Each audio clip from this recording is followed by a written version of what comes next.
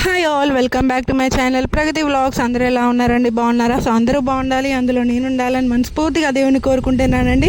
ఏం లేదండి, నిన్న ఎవరైతే నా ప్రీవియస్ షాట్ చూసారో నా ఫ్రెండ్ బర్త్డేకి 1000+ టెంపుల్ అండి. అది తెలంగాణలో పుట్టిన ప్రతి బిడ్డకి తెలుసండి 1000+ టెంపుల్ చరిత్ర ఏందో, అది ఎంత స్పెషాలిటీ టెంపుల్ అది అందరికీ తెలుసు.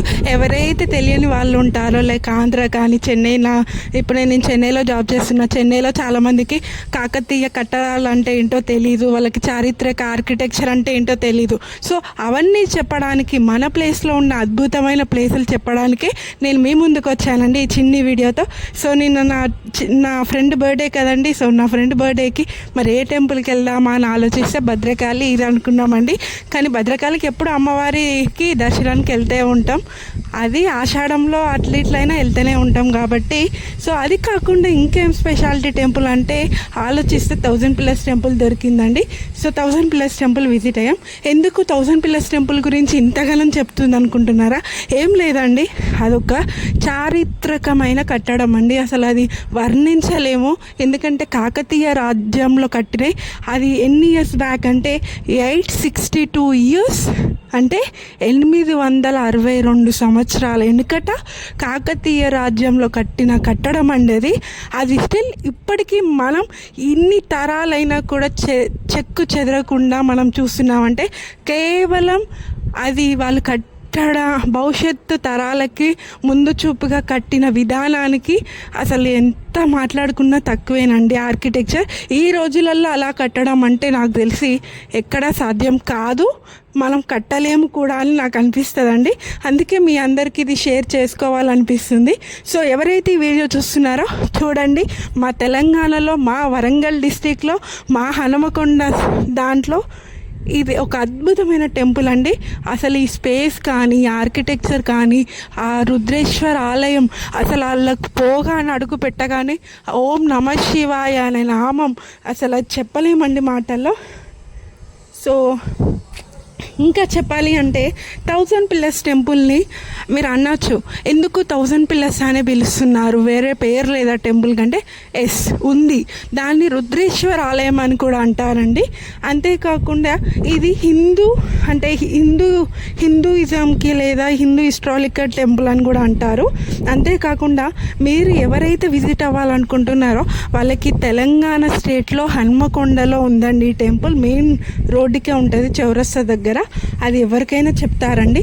ఇది ఓన్లీ మీరు శివయ్యక అంటే కాదండి, ఇది సూర్య భగవానుడికి అండ్ విష్ణుమూర్తికి కలిపి 3 త్రిమూర్తులలాగా శివయ్య, విష్ణు అండ్ సూర్య భగవానుడు కలిపి ఉంటారని అంటారండి ఈ టెంపుల్లో. అండ్ వేయి స్తంభాల గుడి వచ్చేసి తెలంగాణ స్టేట్ అని మళ్ళీ చెప్తున్నానండి. ఎవరైతే విజిట్ అవ్వలేదో ఆంధ్ర వాళ్ళు కానీ ఇంకెవరైనా వచ్చి విజిట్ అవ్వండి. అండ్ ఇది చారిత్రక ఎట్లా అంటే 11వ శతాబ్దం అండి. అసలు మేము పుట్టలేదండి, నాకు తెలిసి మన పేరెంట్స్ కూడా పుట్టలేదో నాకు తెలీదు. సో అప్పుడు కాకతీయ రాజ్యంలో 11వ శతాబ్దంలో కట్టారండి. అండ్ అంతేకాకుండా ఇది ఏంటి మరి ఎందుకు కట్టారంటే రుద్రదేవునిచే, అంటే అప్పుడు ఆ కాలంలో రుద్రదేవుడు, కాకతీయ చాళుక్యులు వీళ్ళందరూ ఉండేదండి. అప్పుడు మన తాతయ్య వాళ్ళు, అమ్మమ్మ వాళ్ళు చెప్పిన చరిత్ర అండి ఇది. వాళ్ళు ఈ కట్టడం జరిగిందట 11వ శతాబ్దంలో. అండ్ ఇంకోటి ఏంటిదంటే, మీరు అనుకోవచ్చు నిజంగా 1000 ఉంటాయా అంటే ఎస్, ఇందులో మొత్తం ఆర్కిటెక్చర్ స్టైల్ వచ్చేసి, అంటే వాళ్ళు నిర్మించిన విధానం వచ్చేసి వీసరా అనే ఒక ఆర్కిటెక్చర్లో నిర్మించారండి. అంటే ఇటు అటు మధ్యలో నంది, అది అసలు ఐడియా రావడమే గొప్ప. ఇటు అటు టెంపుల్ నడి మధ్యలో నంది ఉంటుందండి. నంది ఎప్పుడైనా శివయ్యకి అంటారు కదండి, మనం ఏదైతే నంది చెవులో చెప్తామో ఆ నందీశ్వరుడు వెళ్ళి శివయ్యకి మన కోరికని నెరవేర్చు అని చెప్తాడట అండి. అది నిజమే అనుకుంటా నాకు తెలిసినంతవరకు. మరి మీకేమనిపిస్తుందో కింద కామెంట్ చేయండి.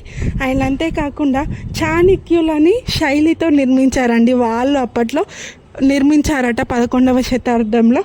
అండ్ ఇదేంటి మరి ఎందుకు ఉంచారంటే వాళ్ళ పనితనానికి ప్లేస్, అప్పుడున్న శిల్పులు అంటే అప్పుడు కాకతీయ రాజ్యంలో చెక్కే వాళ్ళు ఇప్పుడు ఉన్నారు కదండి, ఇప్పుడు కూడా ఉన్నారు. కాకపోతే నాకు ఏమనిపిస్తుంది అంటే అప్పుడంత అయితే ఇప్పుడు లేదండి. ఆ స్టైల్ కానీ ఆర్కిటెక్చర్ కానీ అసలు అవి కట్టడమే అసలు గొప్పతనం అండి. ఒక్కొక్క దానికి ఒక్కొక్క పిల్లర్కి ఒక్కొక్క ఆర్కిటెక్చర్ అండి, అసలు చెప్పలేము, అది వర్ణించలేం.